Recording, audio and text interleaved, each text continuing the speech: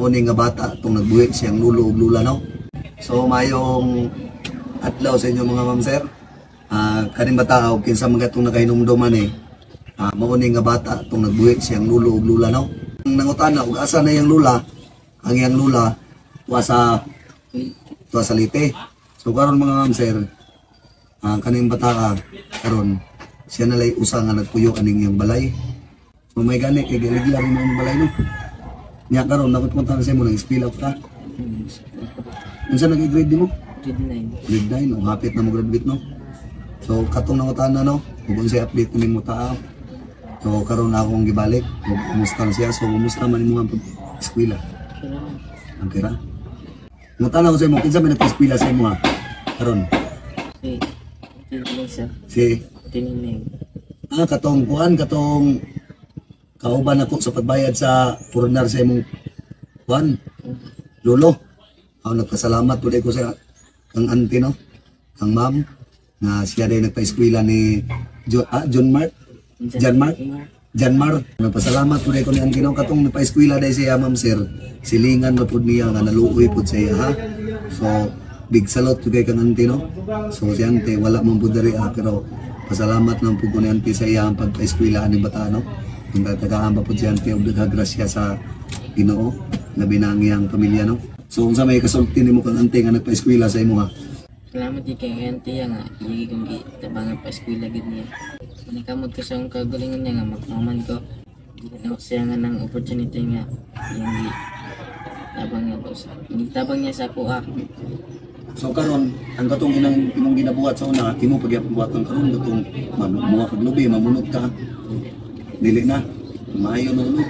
So si auntie nag-provide sa mga kanan sa imong gastos. Kaning bugas para ni sa imo ha. Kay ikaw ra may isa mo kaon di ba? Nya kani tagaan ta pug kaog pagbaw nimo.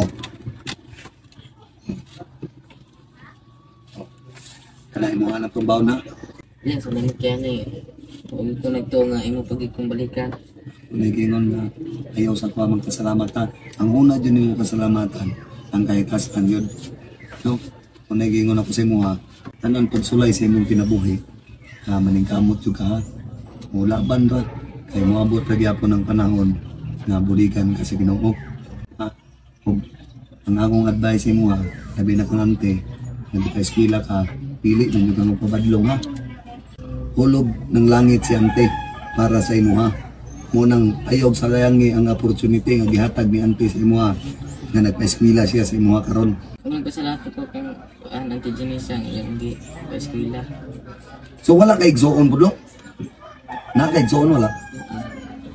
Man ron. Ang mo na mo igsoon. Ali lang. Dali ba? Kaya mo nung dili ni igsoon wala mo lagi muging na nga. Amo din ni igsoon no? Ha? Guwapa ang igsoon mga ma'am sir. Kabalik ka mo rin dahil duha nagpuyo dari ataron. Maayo no nga nagkasinabot baig laki. Mga hitsuraan, mga gwapa-gwapo. O, kaya ikaw nag-eskwela pa kakaroon lang. Kung saan grade ni mo? Grade 8. Kinsa mo po yung pa-eskwela sa imo ha? Ay si ante ragyapon. Kibali, kamunduha ang pa-eskwela ni ante. Sabi no, big salute yun ko si ante. Kana si ante Ginesa, mga ma'am sir, hilar ng silingan. Nga nag-tanaw po si ante Ginesa bitaw kay kaning mga bataa day mga bright mo may mga bataa na ay porsinto ba na porsinto nga maangat nila ang ilahang kalisod sa ilang kinabuhi. Unang si ante Ginesa pod pasalamat po sa iya ha nga gitagaan niya opportunity ni mga bataa para maka-eskwela para makahuman. Mauro tulong ha. Amping lang mo diri kanunay ha. So karon na tayo na-discover kadua mo ni ang PH Rush. Atong indot mo mga ma'am sir. Mo ni scatter. So karon mga ma'am sir, musugot ka 100 pesos.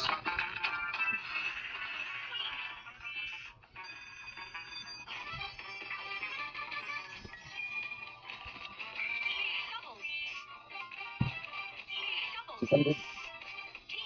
1,900. 150.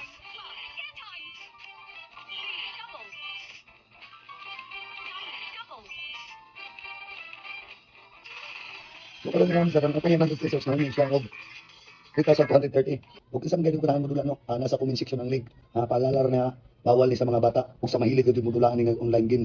Ug Kani nga promosyon ma'am sir dili ni para sa akong kaugalingon para pud sa atong mga katawan dito sa bukid. So inaot unta na ma'am sir ngayon ko masabtan.